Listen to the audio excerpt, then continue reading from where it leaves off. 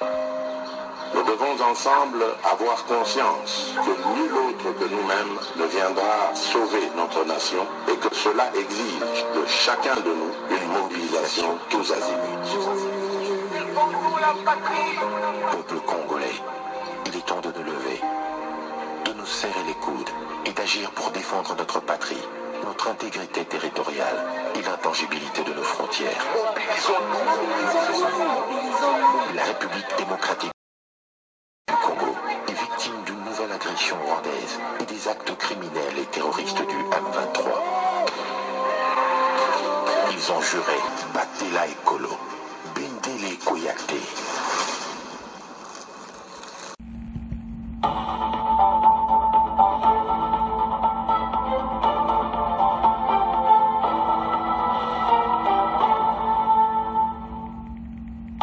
Bonsoir, bonsoir, bonjour, c'est Congo News 24. Bande Konanga, comme toujours avant de commencer notre émission, nous disons merci à Dieu. Nous disons merci à nos chers abonnés et téléspectateurs qui nous suivent partout dans le monde et en RDC. Bande Konanga, soyez les bienvenus. À la une chez téléspectateurs, Oyo Karabande Kweyindi Match Baluki, ministre France envoyé spécial à Macron, et pas à Fachi, pas à représentant, il y a Union européenne, Bandeko, et pas Fachi Bokoyoka, ba conversation à peu près plus de 1 heure. Alors, Banamboka, o balobaki si yindi parce que biso, position à biso, toko changer. Makamba négociation wana. En tout cas, tu évite, biso a tout le monde préparé, ndeni toko bunda, peut toko récupérer gomme passe bino, tout boza va traître. Kai kwamba reverser bino, pe bogoyoka makamba lobaki na sorti na New York, ou alobaki na ba Congolais bogoyoka, c'est eza soni na building wane ya ONU. Makamba soni izoleka kuna. Alors, banamboka, toza la connecté passe guerre yo. Makambo eza. Deuxième point chez téléspectateurs. Kagame en difficulté. Écroué, Bokoyoka, passe match za mobulu. Donc, neto loba awa. Lourenço, a lobi mabe Bokoyoka. Et puis Bokoyoka, Afrique du Sud, baza pena yoka kaba lobeli Kagame mabe. Kagame a réagir. Et comment ça les passe? Chine, a lobi na ndenge moko très ferme. Alors, Lourenço, Makamuto balomina Kagame, Kagame comme na difficulté. Banamboka, toza la connecté parce que bitumba oyo, to essaye bino ke toko gagner yango. Match eza mobulu, pena yebiete, match oyo, suka suka, ba vainqueur eza biso. Alors, toza la connecté. Chers téléspectateurs, émission na biso bandi, et comme étant autosola ensemble, ma solo yamboka. Bande kotoko kende directement, na Union africaine et pas au Fachi, Ayambaki, ministre français affaires étrangères, et puis représentant de l'Union européenne. Bandeko, ba situation to vivre na bango. Faut bazana soni na oyo bazo ya kosana mboka na biso. Ba échoué totalement. Bazo ya kolukasio koloba na Fachi nini. Toza sukunati. Toza na position temena tozo bunda. Tozo luka mbongo kosomba ba arme.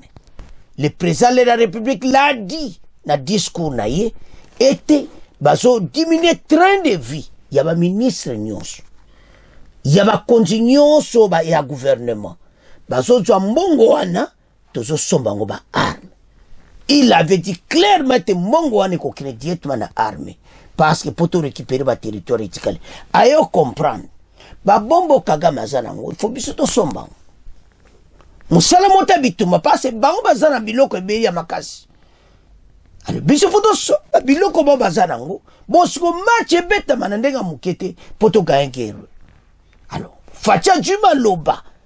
Bolandaki biso nyonso landaki. Maloba Facha lobi na discours na ye. Que tokozala jamais Emily. Tokondima jamais. C'est-à-dire, toko négocier na ba M23 ti. Toko benga na bango, pe toko récupérer ba territoire. Alors, Macron, après ba masone po masoloni. facha kene kama masolo wana Luanda ba masolo kutu yemo kutu Lorenzo alobeli Kagame mabe bo yotinda mutu fatima masolo ngwe ko zala kutu na ndimiti awe comme to préparer la guerre facha yokela kibango mena match baluki boto c'est la deuxième partie Kagame a une situation difficile est en difficulté bazo soit na président sud-africain mais toujours à point alors bandeko situation toza nango pour le moment eza que armée na biso to bongsa parce ba makambo Kagame na ba Macron bazo yokana o masolo nini tokosola toyebisa kaza moto bozo ba Kagame moto na binoti et ça m'a sonné. Mais totanga, après tout, comme ministre des Affaires étrangères. Le président de la République, Félix Tshisekedi, a reçu ce jeudi 30 janvier 2026 Jean-Noël Barrot, ministre de l'Europe et des Affaires étrangères de la France, selon la cellule de la communication de la présidence de la République qui annonce la nouvelle. Cette première visite du patron de la diplomatie française à Kinshasa fait suite à une série de communications téléphoniques entre le président Tshisekedi et Emmanuel Macron. Au cours de cet échange de plus d'une heure, le président Tshisekedi a expliqué la situation actuelle que vit le pays, marquée par un pillage des ressources naturelles, des massacres et des violations, autres violations massives des droits de l'homme. Le chef de l'État a retiré ses regrets à la suite des incidents malheureux survenus à l'ambassade de France au cours de la manifestation pacifique organisé le 28 janvier dernier à Kinshasa. Rapporte la cellule de communication de Félix Tshisekedi, avant de préciser qu'à l'issue de cette entrevue avec le président de la République, M. Jean-Noël Barrot, n'a pas fait de déclaration à la presse. Ces rencontres interviennent dans un contexte marqué par la prise de la ville de Goma.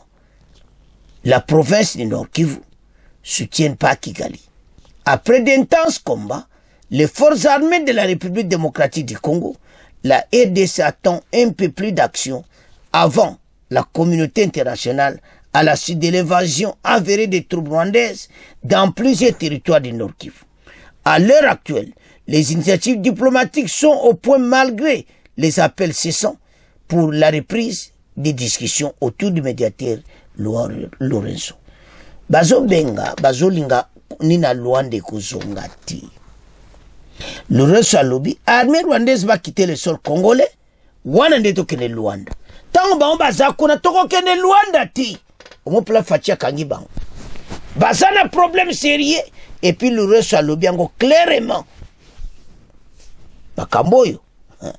Bato baza na problème parce que fachi assez alobi na discours na yi. Ketoko tikala jamais qu'on négocie na batu oyo position na biso tikali moko to bongsa army. Alors makambu tato aye nango mawatu meto yo ke nanu avant même aya wana na Bruxelles to yo kama lobaki na Bruxelles bongo to avancer. À Bruxelles, son ministre des Affaires étrangères, Jean-Noël Barrot, a fermement condamné l'offensive militaire du M23 et des soldats rwandais sur le sol congolais. Alors que Goma s'apprête à tomber, la France exprime sa solidarité à l'égard de la République démocratique du Congo, de son intégrité territoriale. La France condamne fermement l'offensive menée par le M23 soutenue par les forces armées rwandaises qui ont entraîné la mort de 6 casques bleus et provoqué le déplacement de plusieurs dizaines de milliers de personnes civiles.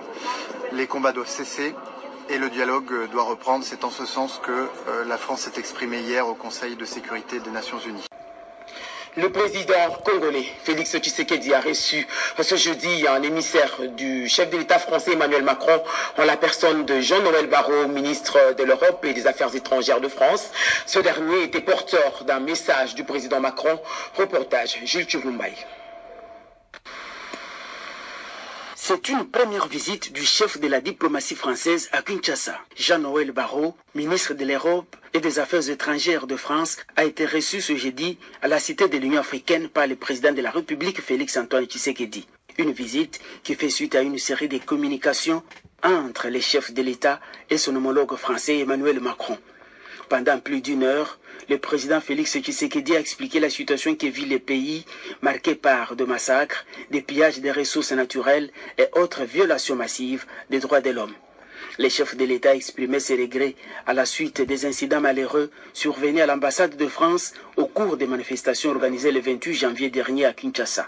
Membre du Conseil de sécurité de l'ONU avec droit de veto, la France a apporté un soutien important à la RDC lors des 2 dernières réunions urgentes de cet organe des Nations Unies consacré à la situation sécuritaire et humanitaire dégradante dans le Nord Kivu après l'intensification de l'invasion des troupes rwandaises autour de la ville de Goma. Pour le moment, la RDC attend un peu plus d'action après l'invasion avérée des troupes rwandaises dans plusieurs territoires du Nord Kivu. Bandeko situation eza ya kusakana ti. Parce bango Europe baza na problème. Ambassadeur na biso azalaki na kuna masolo bango bazoyepa na biso makambo bazoyebisa biso tokosala yango lisusu te. Bango bazo ba décision contre Kagame. Tango bazozwa te biso tokondima te. Bandeko baza na problème sérieux pour le moment. Bolandi wana na Bruxelles avant que ne Kinshasa. Que oeso le kanamboka na biso mais entre temps vous l'Europe vous avez collaboré na ye. Tokondima liso moto mokoti. Le chef de l'État l'a dit na discours na ye. Bambongo ba ministre bazo kata bambongo na bango tout. Tout le monde a contribué. To somba ba arma makasi. Bande soba juka ba salaire batwe ba milliards de dollars. Kaso bango nyonso wana bandana yemo fachi. Premier ministre bango nyonso ba kata ba salaire batwe. Mbongo wana ba somba ba arme. Toko yindisa. Ezala modele ba arme to uluka. Poto bengana Kagame. A quitté la... Parce que bazana problème. Le problème est Europe. Nde omoni Macron atindi yewana. Le problème na bango. Ba yebe te fati abone ko négocier na ba M23. Alors solution ko za nini ki bango kop na boy kufa pona libela. Kagame a tché suma kona EDCT soto gagner militairement. Ba négociation makabwe ko continuer kaka. Ndenge mokonza mboka lobaki bakata bambongo nyoto somba ba arme batu Macron zo ya kotindo bolandi maloba wana za lokuta. Basali 1 heure du temps na fachi. Wana pre fachi ko sola na ye Macron. Basu la biso ba makambo. Alors. Ministre Affaires étrangères.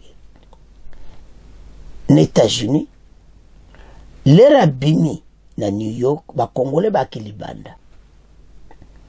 Boko yoka au ministre Affaires étrangères à lobby, habite à la place où.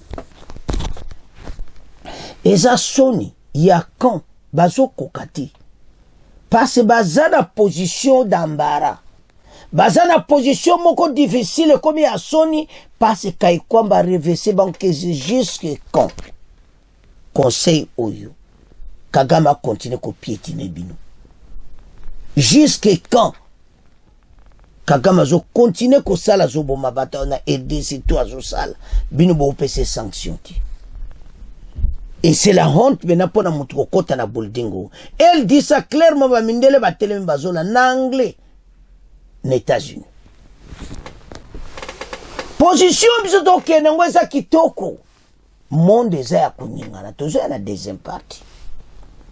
Alors Tolanda la ministre d'État ministre Affaires étrangères ndenga kuta ba Congolais banande alobaki bon to avance bande komaka ikomande bomone na kata na soji le kaka bimi ye wana c'est un peu flou, même la vidéo c'était un peu flou là.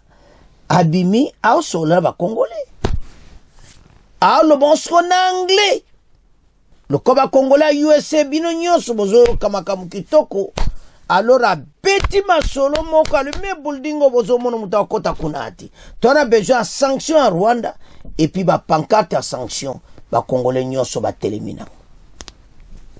Donc c'est les sanctions au fatia zoluka bino bozo la fatio ba masolo to kele ba Luanda ba nini masolo Luanda si kufi Kagame ndimi guerre ko koma singote RDC na Rwanda yango to se préparer boko mona biloko ko kita na Bukavu nana Beni Butembo ba arme ko kita bozana problème sérieux. Alors bana mboka bitumba oyo toke nango na ndenga ko sakanati. Voilà ce que le pays est en train de préparer. Tolanda kai kwamba bongo to avance. Alors, bandeko, tokotala ministre affaires étrangères après intervention à ONU, azobima akutana ba Congolais. Na bamindele batebele pe bazatoyoka message ya Kaikomba.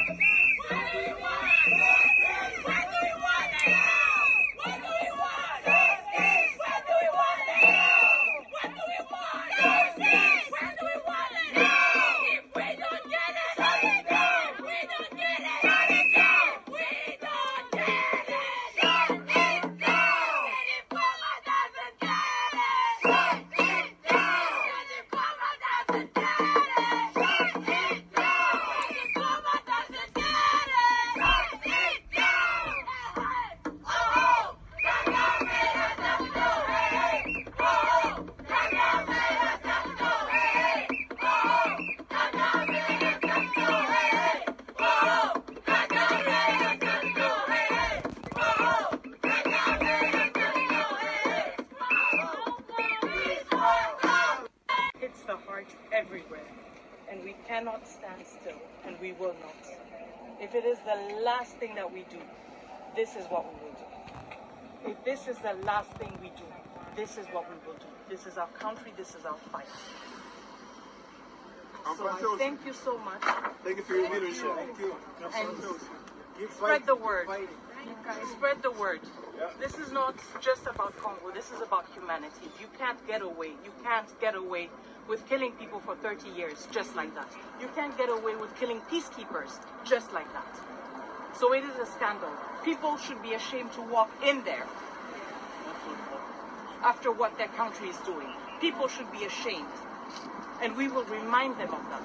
And the ones who stand by silently and do not do anything, we will remind them everywhere. At every single opportunity, we will remind them. They will not rest, they will not sleep. Because we are not resting, we are not sleeping, our people are dying. They will not rest, they will not sleep. Because our people are dying. So what do we want? Justice!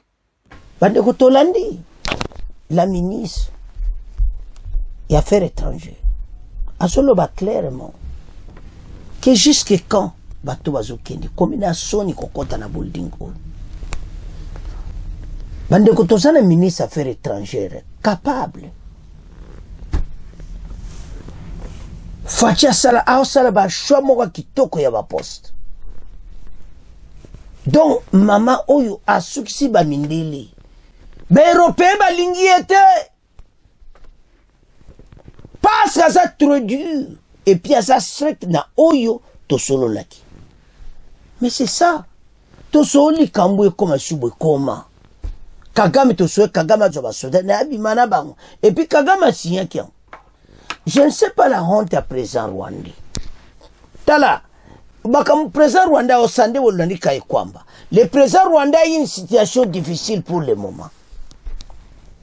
Situation est difficile et comme elle est plus pure. Parce que des voix s'élèvent partout dans le monde. Il y a Koloba. Situation tozanango. Kagame il faut ayoka. La position toza. Kagame a comme une situation difficile. Tokoyoka déclaration à Lorenzo. À l'objet directement. Achoba Soudan et Abima. Et ce qui est grave, Baza Koswana na président sud-africain, Kagame azoloba na président sud-africain ke yo yaki pis mozo bunda au côté ya ba FDLR. Tato aza pene oyo kaka suka na aventure. Ba aventure bakamazo sana. Ah, donc Sami Diarsi bazo bunda na FARD à côté à FARDC. Ya lobe ba bunda à côté à FARDC na FDLR. C'est président Rwanda a un problème ande konanga. Makambo ngana zo comprendre ite. Est-ce que tala tato yo akokufa liwa mabe makambo ya zo sala tato ba situation zo mema eza grave akozana problème sérieux po makambo ya kumoluba o akomo sa président sud-africain bon ya bangane te parce que ayi ki ba supporter mais ba ndia ko katela balma basi bakati ba vivaka na mbongo libanda bazana soutien mususu te le soutien ya ngwana ya zana alors na makambo na ndenge zokendi il a un problème sur lui to yo ka ba réaction na ndenge basi bakoma swana na président Ramaphosa. Président Ramaphosa ayebisie na téléphone abengi alobi na ye kolere leki balobele kuna na téléphone aye koloba libanda Ramaphosa pe ali ayindisi lisu libanda bayebisi azo basoda ne babima babomi bapiskipe babomi ba sud-africain bayena bitu yibadala so olandi Sami Diarsi balobi ba Rwanda bakufi ebele balimba ozo bibemba batura ba Rwanda bakufi basengaki permission bato yo basa Kagame aza na situation moko na yibite nda omema yango mais ba congolais to telema pona mboka parce position to komi nango pour le moment n'y a qu'une seule chose to défendre ba côté wala nyose etikali côté ba Butembo ba Beni to défendre Bukavu Sud Kivu bato yo tombe mabango to bundisa bango nexe fachi mikolo ba mbongo baza kosenga bakitse ba train de vie ya ba ministre to bunda na Kagame totang Kagame ba jour ekomi Kagame en difficulté pour ba yebisi a retirer armée na yi o ezasi le sol congolais et puis ba déclaration oyo baza ko sala azana problème sérieux na yebite ndenge nini akomema yango parce que to combination qui to sotia pression partout Marie Le Pen alobi Lourenço alobi donc azo comme na difficulté ambassadeur na biso bandeko makambo za minene donc ndenga bazawana ba komi na situation sur lui bazoe bateloni ya kosala Kagame akomi na suka alors fachina meeting na ye na message na ye la défense de la patrie est sacrée maintenant lokola match baluki bokoyoka Chine ndenga lobi na ye bokoyoka Le Pen ndenga lobi na ye ba pays wana nyonso ba lobeli ye Lourenço a lobeli a comme une situation difficile. Alors, toyoka ba réaction wana nyonso bongo après to ya pas situation tozana ngomena et comme temps o na bango européen ba tout ba kota ki ba solo yo ba ko kompe na situation difficile. Alors, sans plus tarder, Kagame en difficulté écroué, suivez les réactions de la Sud-Afrique, Chine, Lourenço, Tobana Lourenço. Toyoka bango nyonso mais bango na Afrique du Sud ndenge toloba awa discussion eza ya kosakana te parce que oyoka kasomo donc biso pena tozana kanda ya kosakana te parce que une situation où est salami na mboka na biso kutu Afrique du Sud alobi na ndenga kosakana te yango bomonike tato yo akomi na problème alors tolanda ba réaction bongo to avance. L'Union européenne était si attachée à l'éthique, elle arrêterait d'être le receleur du pillage qu'effectue le Rwanda à l'égard de la République démocratique du Congo, parce que le Rwanda pille les matières premières qui sont souvent rares d'ailleurs, qui appartiennent aux Congolais et les revendent à l'Union européenne depuis février 2024 et l'Union européenne ferme les yeux sur ce pillage. Vous croyez que c'est très moral, ça? Voilà, vous voyez, attention, parce que la morale, telle qu'elle est exprimée par l'Union européenne, est parfois assez contestable. Question concrète. Alors qu'une nouvelle tentative diplomatique a échoué ce mercredi avec le refus du chef de l'État congolais, Félix Tshisekedi, de prendre part à une réunion virtuelle avec son homologue rwandais, Paul Kagame, la pression internationale s'accroît pour mettre fin à la crise dans la région orientale de la RD Congo. L'Allemagne a mis sur pause des pourparlers avec le Rwanda sur son aide au développement, exigeant du pays africain et de ses alliés du M23 qu'ils retirent leurs forces de l'Est congolais.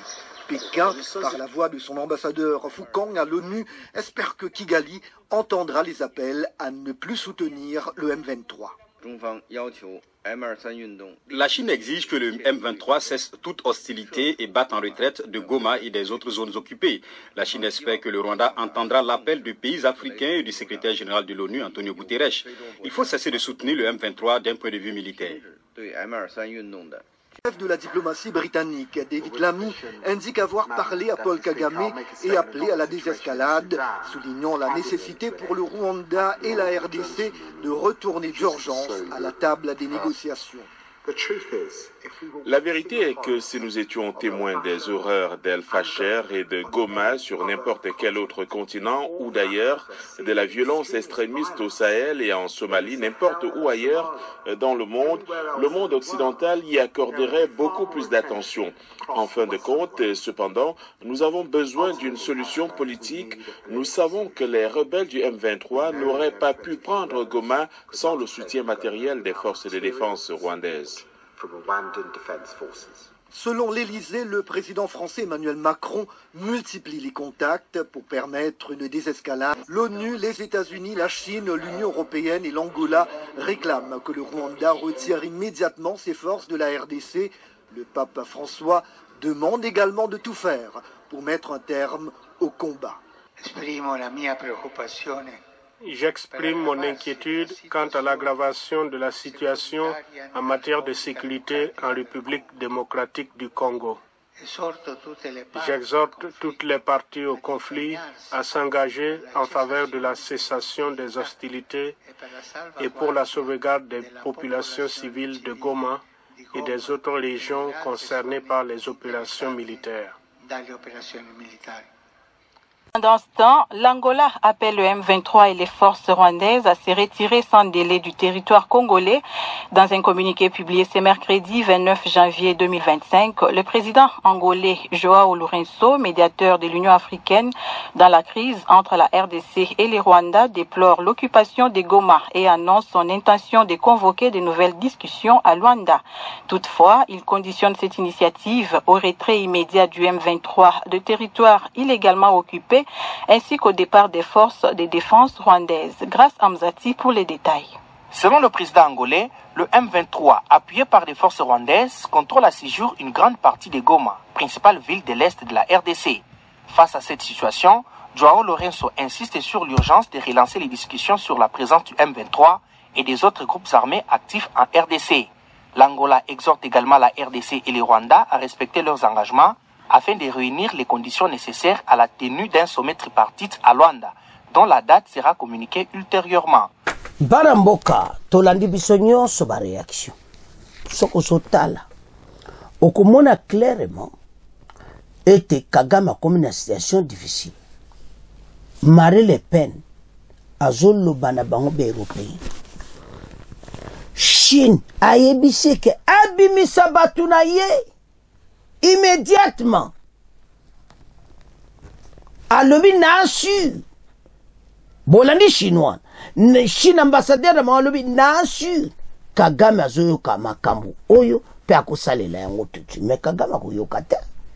Il n'écoute que les armes. Chine pesa biso ba arme to bunda. Kagame akamtoa Chine oloba oyo kate. Makambo tozo kenango. Kagame a koma dans une situation moko akobima nango ti. Pona ya mona koti na Goma. Oh M23 bazaba ba Congolais et tout ça. Arrête. On les a coquilles, c'est l'armée rwandaise se battre. Maintenant, mon qui va présenter sur mon kiliba, comme on l'a dit, Kagame comme une association à Sony, azo ebelo ko salati. Mais makambo yo, y a Afrique du Sud, ezo ya moto.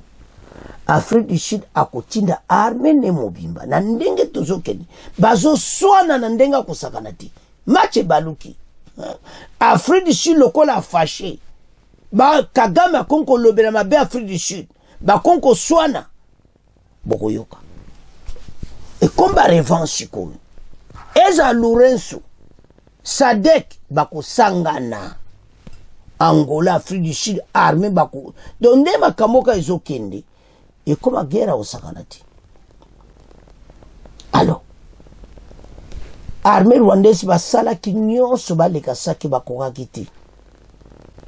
Jusqu'à ce que bato bakota ki armée rwandaise koti na Gisenyi, bato bazoyi bate pourquoi Goma koyaki. Mais côté rwandais saka abwena bango banzo de bazana bango kana bakoti mbala moko. Baza jera kata ville. Ba Rwandais. Mais armée rwandaise na M23 kote kwa bunda na sake koto yo et lukani to comme on dit to encercler. Baza ko obligé. Donc armée rwandaise a contacté déjà avant même entrer na baona Goma. Ba côté à Rwanda la frontière à Gisenyi. Makamoto vu Kagame une situation difficile. Neto landika ba réaction wana nyonso. Bozo mona teke le président rwandais menazo koma na suka. Toko tsaba arme. Pe toko beta Kagame na ndenga kosakanati. Ako vivre yango. Situation tozo vivre pour le moment za kosakanati. Parce que tozana chouati. Faut te libérer mboka. Donc maintenant mon konzi ba décision ju na discours na ye et kota na application. To lana ki discours na mission wana to tiaki donc ba point nyonso wana ezaki ye président rwandais as joba soda na bima. Parce que tant que to pomper ba mindoki ya moto akomona makamu na ye. Andoko guerre siliti. Match eza kosakana te biso armée na biso bozo kawana. Bazali. Baza aussi aux alentours à Goma. Na Nirangongo armée na biso eza. Kagame a un problème sérieux. Armée na biso basilité na Katagoma. Tel que basoda ba mona ki ba wazoki na aéroport o baza o bunda na aéroport tel que basoda wana ba ikaka tozali bananga kande bazana kata Goma na bako vivre ngo bato esa ba congolais ki bo bangati et le que c'est important bon landi ba réaction nyos bon montre que le président rwandais mena une situation difficile yoko bunda na Afrique du Sud. Oui, Kagame qui est là au tien. Ah, il est pena kokana y en Afrique du Sud. Ma ko vivre vraiment. Alors, Ramaphosa lobé la qui na téléphone ma bé. Ya ekolo bana polili. Bana mboka, l'heure est grave. Yamoto e Sabino était situation toujours vivre. Et à situation moko. Il faut Congolais comprendre le niveau makambo ndenge komi. Lokola bango na Afrique du Sud bazo swana boy. Lokola bazo ke na position oyo boko yoka. Mais tout tanga mena partout na suka Afrique du Sud a lobi na Rwanda ne. Les relations diplomatiques déjà tendues entre l'Afrique du Sud et le Rwanda se sont détériorées Après le président Ramaphosa a accusé le groupe rebelle RF M23, soutenu par le Rwanda, d'avoir tué des soldats de maintien de la paix du Sud-Africain dans l'Est de la République démocratique du Congo. Alors que les rebelles prennent le dessus sur les champs de bataille en capturant la majeure partie de Goma. La plus grande ville de l'Est, l'Afrique du Sud, a tiré une salve diplomatique avertissant que de nouvelles attaques contre ces troupes seraient considérées comme une déclaration de guerre. Le président rwandais Paul Kagame a répliqué, accusant l'Afrique du Sud de faire partie d'une force belligérante, impliquée dans des opérations de combat offensifs, pour aider le gouvernement congolais à lutter contre son propre peuple. Au total, 13 soldats sud-africains ont été tués dans les combats depuis la semaine dernière, alors que les rebelles faisaient une avancée éclair vers Goma, une plaque tournante commerciale majeure à la frontière avec le Rwanda. L'année dernière, les 7 autres Sud-Africains ont été tués à l'est de la RDC. C'est ce qui fait lié à des tragédies meurtrières de ces derniers temps. L'Afrique du Sud et le Rwanda entretiennent depuis longtemps des relations difficiles. Alors, déjà, bango banda kalabayo kanakati. Et maintenant, ça va voir force à l'objet que ndenge babomaki ba soldats sud-africains et la guerre entre l'Afrique du Sud et le Rwanda. Alors, le président rwandais a commis na kobanga parce que ba message a bouilli. Tango Ramaphosa zoloba na Afrique du Sud eza pays à pamba pambati. Alors maintenant, à comme une situation difficile, la peur est pas ya Kagame. Parce que le président sud-africain, il fallait kakalobayam. Voilà la situation. Tout développer ma soeur. Bandeko to tangi wana to comprendre. Bandeko, Afrique du Sud, na Rwanda, guerre bandi. Tu sais que Mathieu Kobaluka, président sud-africain et Bissi, Ndengo Bomba Soda Nabiso, ont déclaré guerre contre l'Afrique du Sud. Azo ba soda na ye, babima. Et c'est que d'abord na téléphone. Kagame colère le na téléphone, aye koloban public. Kagame comme lobe la président, alobira ye, alobi yo ye kosunga, bango ba obunda côté FDLR et tout ça. Le président Kagame a comme un problème. Yo a un problème en Afrique du Sud. Mais yo sili na yo. Yo to loba. Que guerre ezo kende, match ezo kende, mubulu na bango. Goma na bazui. Bako vivre. Bande yora la guerre biso to kotela ko négocier na bango te. Congolais nyoso tune même na nzela to ko négocier na batuti. To ko bangelo ko moko petit. Bako sala monsieur le côté. To sa na position de force mikolo oy. Oezoya. Parce que maintenant bambongo nyonso ndenge ka facha utoloba na train de vie ya ba ministre. Donc maintenant bambongo nyonso wana ezo senga ete ba 4 ba salaire to soma ba arma makasi o eleki ya Kagame bon to leki sa yango na nzela na bango ba mona basolo kitoko peto benga na bango ba quitter la RDC to récupérer mboka ya to sa congolais place oza loba pona mboka. Nous allons gagner cette guerre. To landi ba réaction nyonso mais kozanga te émission moko spéciale ezo ya na buto parce que guerre et bandina nirango. C'est à ce point. Donc, comment clôturer l'émission là-dessus? Vous continuez à s'abonner massivement. Au revoir. À la prochaine.